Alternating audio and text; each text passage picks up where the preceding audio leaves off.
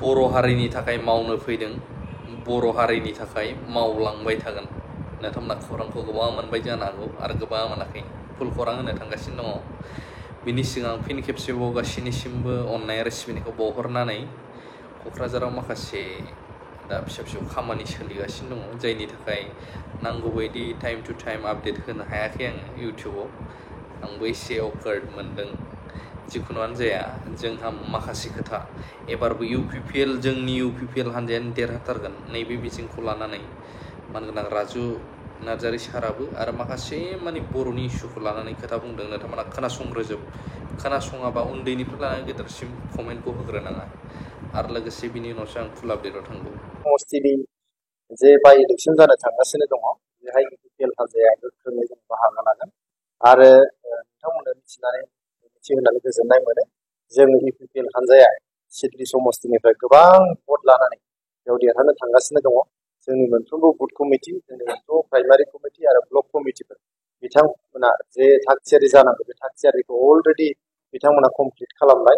Complete खालामनानै जोङो थाबैनो सासे केन्डिडेटखौ फोसावनानै जोङो केम्पेइन खालामहोनानै जोङो सिडली समस्तिनिफ्राय गोबां बिबाङाव भट लानानै देरहानो थाखाय जोङो थांखि लादों आरो जोङो कनफिडेन्ट जोंनि सिडली ओनसोलनि भटार रायजो राजाफ्रा जोंनि सरकारजों थागोन, BTC सरकारजों, आसाम सरकारजों बिथांमोना थागोन आरो गोबां बिबांनि भट होनानै देरहाहोनानै जोंनि जिहेतु सोलिबाय थानाय NDA सरकार, जोंनि ट्रिपल इन्जिननि सरकार, जोंहा BTR आवहाय जोंहा NDA नि सरकार, जोंहा आसामाव NDA नि सरकार आरो सेन्ट्रेलाव निउ दिल्लीयावबो जोंहा NDA नि सरकार, जोंहा जे ट्रिपल इन्जिननि मोनसे सरकार सोलिगासिनो दं। रायजो राजाफ्रा बेजोंबो थागोन। जिहेतु जोङो सिडली ओनसोलाव गोबां जौगानायनि हाबाफारि मावनो हादों, लामा सामा बेयाव मावनो हादों।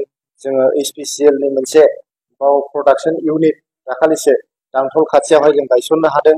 बेजों लोगोसे जोङो गोबां बिबांनि बाहाय अरुणोदय होनो हादों, न' बां होनो हादों। बेबायजों लोगोसे जोङो माइनाव सोरां बिथांखि होनो हादों, चार्च, मन्दिर, बेफोरनि थाखाय जोङो आलारि सोरांनि बिथांखिनि आन्दारावहाय 2 लाख रां खरि होनो हादों। बेजों लोगोसे जोङो बड'फा सुपार 50 मिशननि गेजेरजों सिडली समस्तिनि सिङाव थानाय गोबां फरायसाफोरखौ जों मदद होनो हादों। लोगोसे अनसाय बिथांखि आरो गियान सोरां बिथांखिनि आन्दाराव गोबां फरायसा आरो फालांगि मावग्रा आइजोफोरखौ जों हेफाजाब होनो हादों।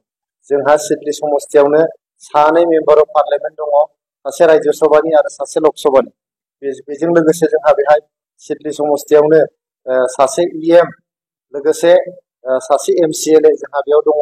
गतिके गोबां बिबांनि जोंहा रायजोनि बिजाथि बेयाव दङ। बे बिजाथिफोरा गोख्रोङै हाबा मावगासिनो दं। बेयाव जोंनि हान्जायाबो गोख्रोङै हाबा मावगासिनो दं, जायनि थाखाय सिडली समस्तियावहाय जोंनि बेरेखा हान्जानि मावथिफोरा दासिमाव लोरबां जाजोब्बाय, थानबान जाजोब्बाय। गोबां दैदेनगिरिफ्रा जोंनि हान्जायाव जइन जाबाय। गतिके बेवहाय जोंनि बेरेखा हान्जाफ्रा जोंजों टक्कर मारिगोन हागोन होननानै जों साना।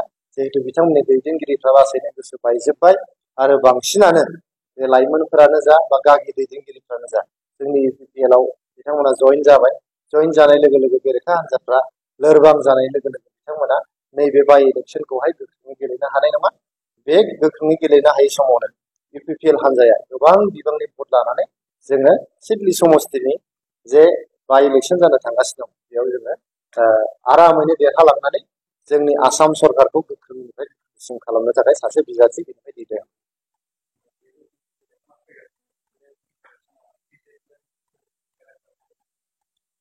बेयाव खुनु माबा गैया। जों बावैसो गोदान दिल्लीयाव दंमोन। गोदान दिल्लीनि भारतीय जनता पार्टीनि सेन्ट्रेल लिडारशिपजों जों सावरायदों।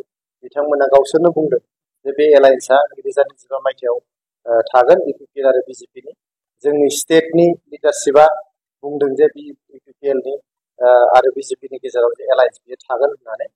जोङो 2025 मायथाइनि जे BTR नि इलेक्सन जानो थांगासिनो दं, बेखौ जोङो गोख्रोङै बाहागो लागोन आरो जोङो फिन खनसेबाव सरकार दागोन BTR आव। बेवहाय खुनु माने सन्देह गैया, बाव खुनु माने डाउट जानांगौ बाथ्रा गैया। 2025 मायथाइयाव जे UPPL जों दैदेनजानाय जोंहा NDA नि मोनसे सरकार जागोन, बेवहाय खुनु मोनसे सन्देहनि बाथ्रा गैला आरो बेयो क्लियार।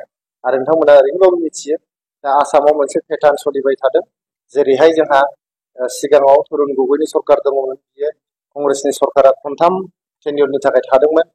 दा BJP नि जे BJP लेड NDA सरकार, आसाम सरकार, बियो सेकेन्ड टार्माव दङ, बेबो थार्ड टार्मसिम थागोन। लोगोसेयै जोंनि जे इउपिपिएल दैदेननाय जोंना नैबे बिटिआरआव जे एनडिएनि सरकार दङ, बेबो 2025 मायथाइयावल' नङा, मिनिमाम खनथाम टार्मनि थाखाय थागोन बियो। 2025 मायथाइयाव जागोन आरो लोगोसे जों 2030 मायथाइयावबो इउपिपिएलजों दैदेनजानाय जोंनि एनडिए सरकारानो जे दागोन, बेयाव जोङो जेबो माने सन्देह गैया। बेखौ नोंथांमोना बयबो मिथिगौ आरो रायजो राजायाबो मिथिगौ। बिटिसिनि मानगोनां चिफ प्रमद बर' सारखौ जोङो धन्यबाद होदों।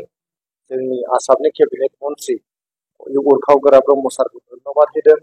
जोंनि आसामनि गिबि मन्त्रि डक्टर हिमन्त बिश्व शर्मा सारखौ जों धन्यबाद होदों।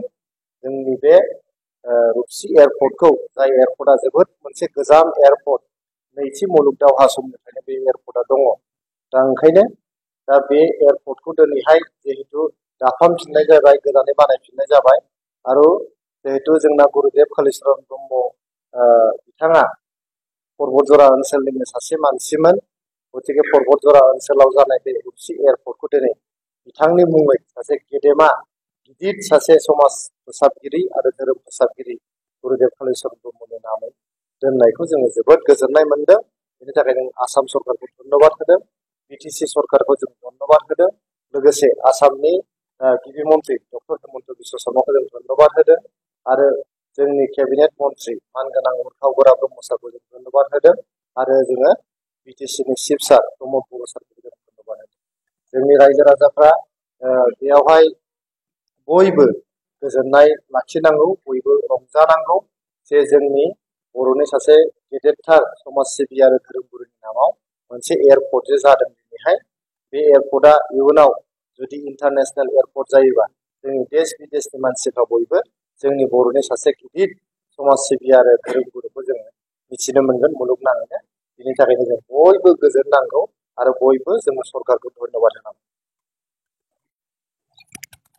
रायजो राजानि दाबि मथे बिटिसि गभर्नमेन्टनि जोंनि मानगोनां प्रमद बर' सार दैदेननाय बिटिसि गभर्नमेन्टनि थांखि बायदियै आरो जोंनि डब्लिउबिडि डिपार्टमेन्टनि मानगोनां केबिनेट मिनिस्टार उरखाव गोरा ब्रह्म सारनि नाजानायाव आरो बिटिसि गभर्नमेन्टनि थांखि बायदियै प्रमद बर' सारनि दैदेननायाव दैथायहरनाय बे थांखिखौ वेलफेयार अफ बड'लेण्ड डिपार्टमेन्टनि केबिनेट मिनिस्टार उरखाव गोरा ब्रह्म सारा आसाम केबिनेट मिटिंआव प्लेस खालामनानै थांनाय 31 जुलाइ खालि जोंनि क'क्राझार जिल्लानि बा बड'लेण्ड ओनसोलनि मोनसेल' नायल' जाल' एयारपर्ट रुपसि एयारपर्टखौ गुरुदेव कालीचरण ब्रह्मनि मुङै रुपसि एयारपर्टखौ दिनै माने बिमुं होनो जे थांखि लाबाय।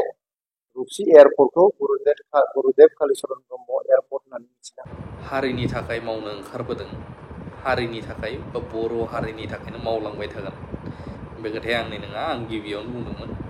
बे जाहैबाय मानगोनां, मानाव गेदेर, बयजोंबो मिथिजानाय, सिनायजानाय, अनजानाय, मानिजानाय, बयखौबो अनग्रा, बर' हारिनि थाखाय सानग्रा, बर' हारिनि थाखाय थैसोमग्रा, बड'लेण्ड मोनाबा जों जिराया बुंग्रा मानगोनां प्रमद बर' सारा बे खोथाखौ बुंदों।